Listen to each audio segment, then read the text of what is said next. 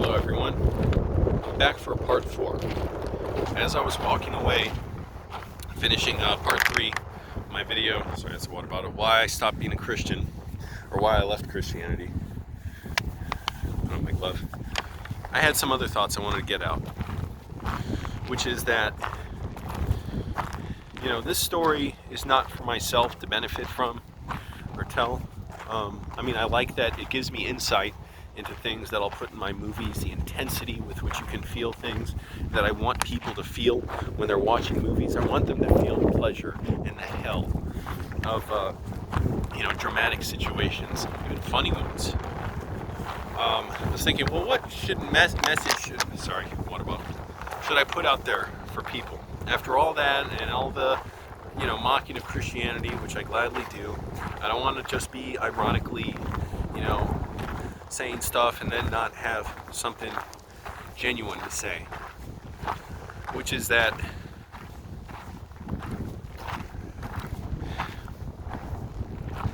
it's hard to say it, but I don't want anyone else to have to go through what I went through.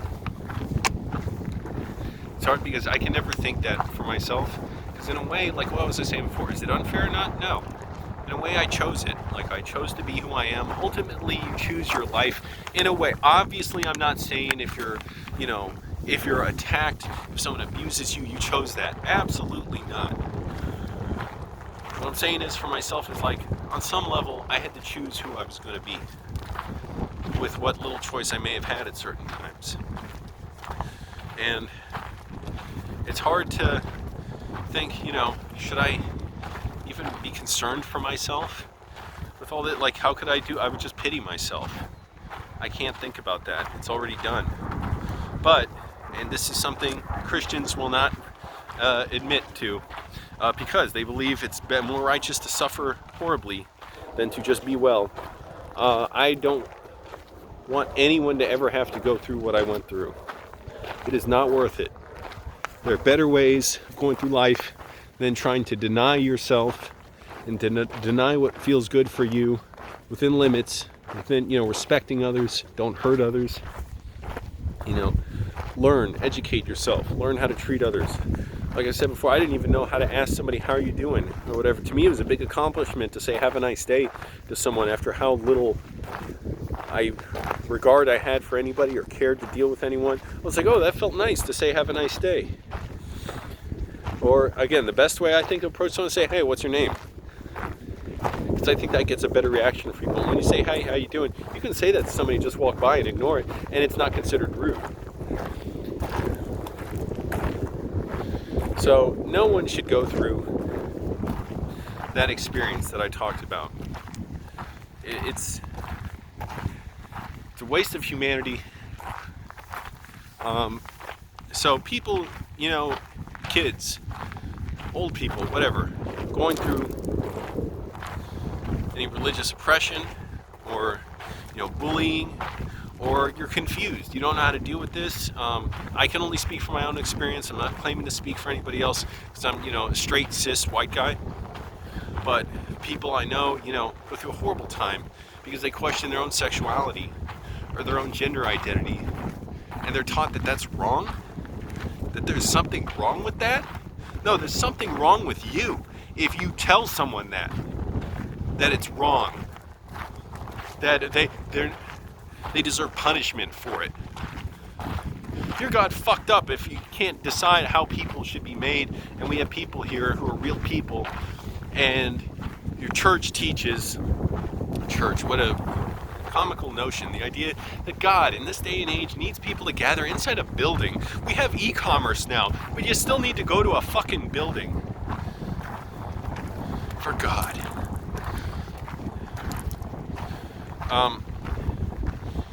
Or even just like anybody who's dealing with this religious stuff. I think a lot of people are smarter than me and wisened up to it when they were younger than me.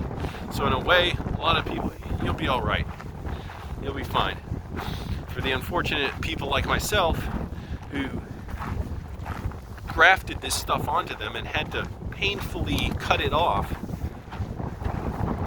it'll always disfigure a part of you.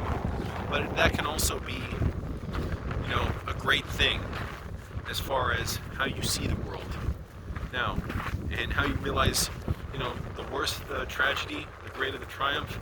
I have yet to call anything a triumph, because who can say it's good or bad? But no one should ever have to go through this. It's not worth it. I take no pleasure in thinking someone would go through the misery I went through. I don't know if anyone's ever gone through something similar like that. There are people gone through way worse stuff. I'm not belittling that at all. I've been in mental hospitals thinking, well, I have it bad, but at least I know there's something wrong. There are people there, just the sickest of the sick, who had been there for months, and desperately needed treatment and care. So it's not worth it to put up with all that. So if you got parents that are putting you through that, or a church trying to tell you what kind of person to be, fuck them. Fuck them for screwing with your dreams and who you are. And try and stand tall and be proud of yourself. Not an easy thought, because when I say be proud of myself, I'm like, who the fuck am I kidding? But, you can find peer groups that understand what you're going through. Or, resources like crisis, mental health, and stuff I had no idea existed when I was younger. And I thought, you're not supposed to talk about anything wrong. If God's there, well, you don't complain. That's not how you're supposed to live through life, just suppressing everything. Mixing up what feels good with bad. You're not supposed to do that. So if you are in that situation, you can stand up for yourself. It doesn't mean, by the way, put yourself in harm's way. If you know your parents are going to give you a really bad time and bully you or abuse you, if you say you're an atheist, or if you tell them, you're gay or transgender or whatever, again, I can't speak on behalf of that, because who am I to do that? I have no credibility on that, because I'm just a straight cis white guy. Meaning, straight cis on the gender I was assigned at birth. I cannot tell you from experience what your experience, anything comparable to your experience. So, because I'm not trying to belittle someone else who would know. But there are people who are resources you can go to. Thank goodness you have the internet now. Excuse me. I'm not crying, that's my cold. You can look stuff up. Basically, it's okay to question and to do what I thought was forbidden to do, which is just think for yourself. Learn about stuff. Learn about stuff that they call forbidden, about different, about history, about culture, about politics, about the world, about religion. Excuse me. But always do it with an eye on being accepting, being tolerant, none of that fucking Nazi shit. With treating others well, with accepting all, races, all people, with accepting people need second chances. That, the world didn't just happen this way. People designed it this way, and the things that are bad can be undesigned. So it's perfectly all right to think for yourself. Trust me, I'm saying as a person who went through it and decided I wasn't going to think for myself. I was just going to do as I was told, and it should have been the easiest thing for me. It couldn't be easier in a way for me to conform to this worldview, because I was raised in it. On a basic sort of level, I accepted it. I was very conservative as well. So that helped me buy into it. Now, nothing could be further from the truth. I had to undo that too. That's a whole other story of how I had to undo all those beliefs. And I'm still always evolving to undo those beliefs.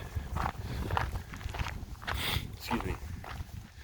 And, to struggle to be, a better person And so you can question that stuff. You don't have to accept it. It is perfectly legitimate.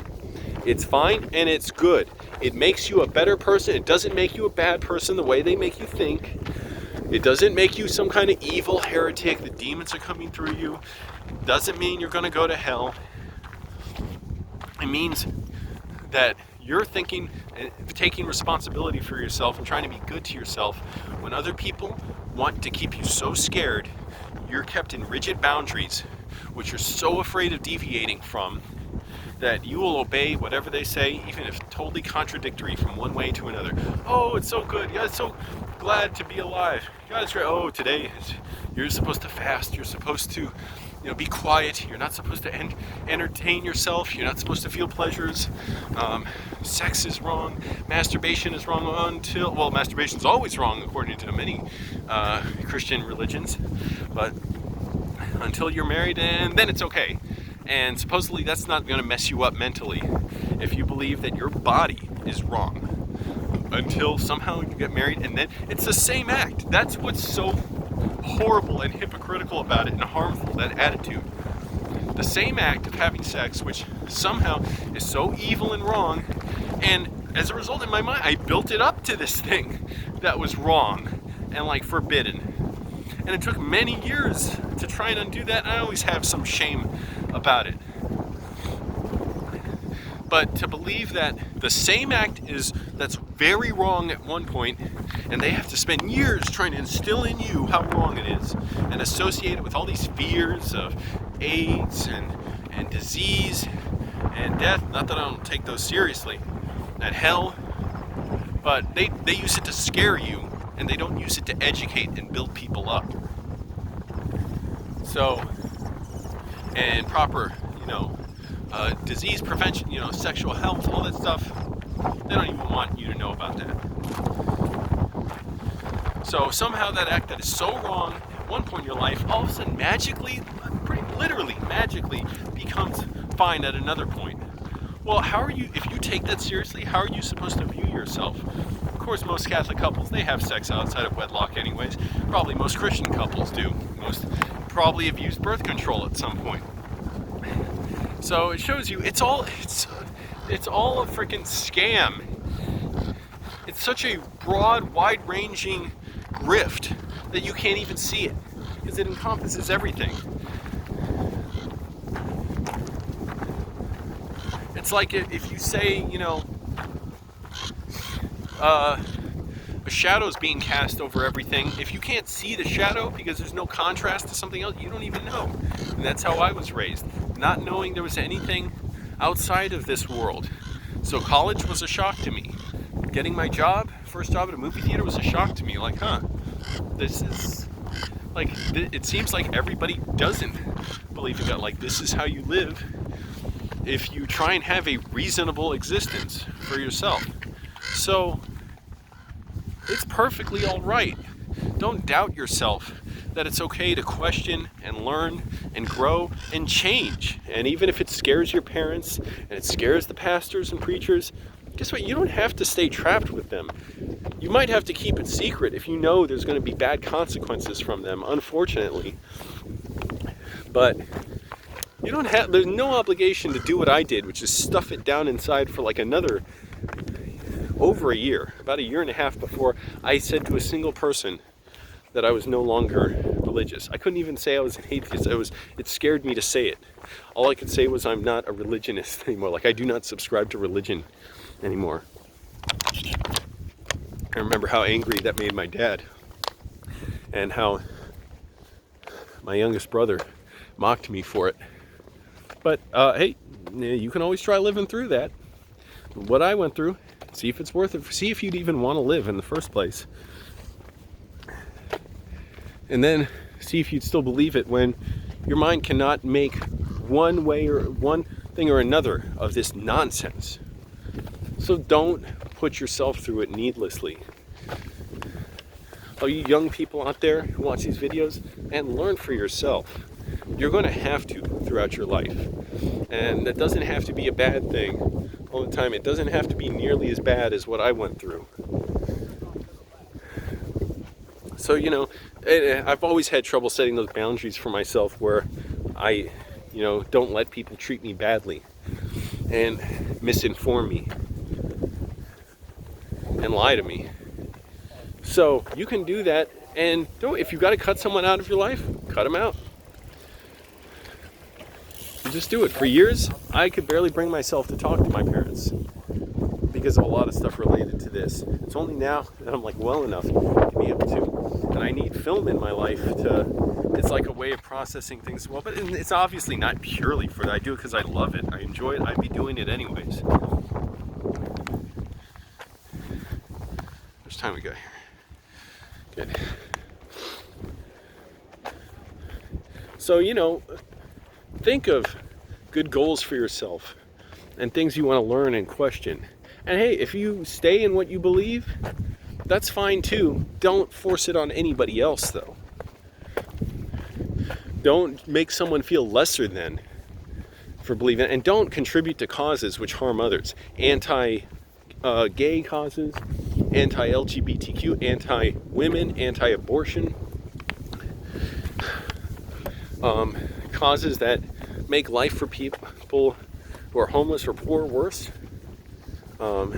genocide, war. Don't support those causes under the banner of Christianity or religion. Shit, I had a Catholic professor in college who fully supported the Iraq War. I'm like, how much of a bloodlust could you have and still claim to believe in this religion of, sort of the ultimate pacifism? See, it's just a convenient excuse for people to have. Oh, someone else has to give up their life. God, Jesus gave up his life and suffered horribly. I don't have to. I should be able to live my life. Well, why do you need to live your life?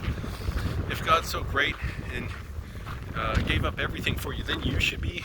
Obviously, if it's not worth giving up the greatest sacrifice for, it's something not even worth being motivated by. Only do it if it's really worth something great.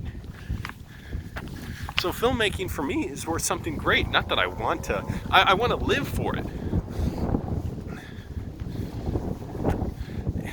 And don't be afraid of questioning the biblical accounts. And how do people learn?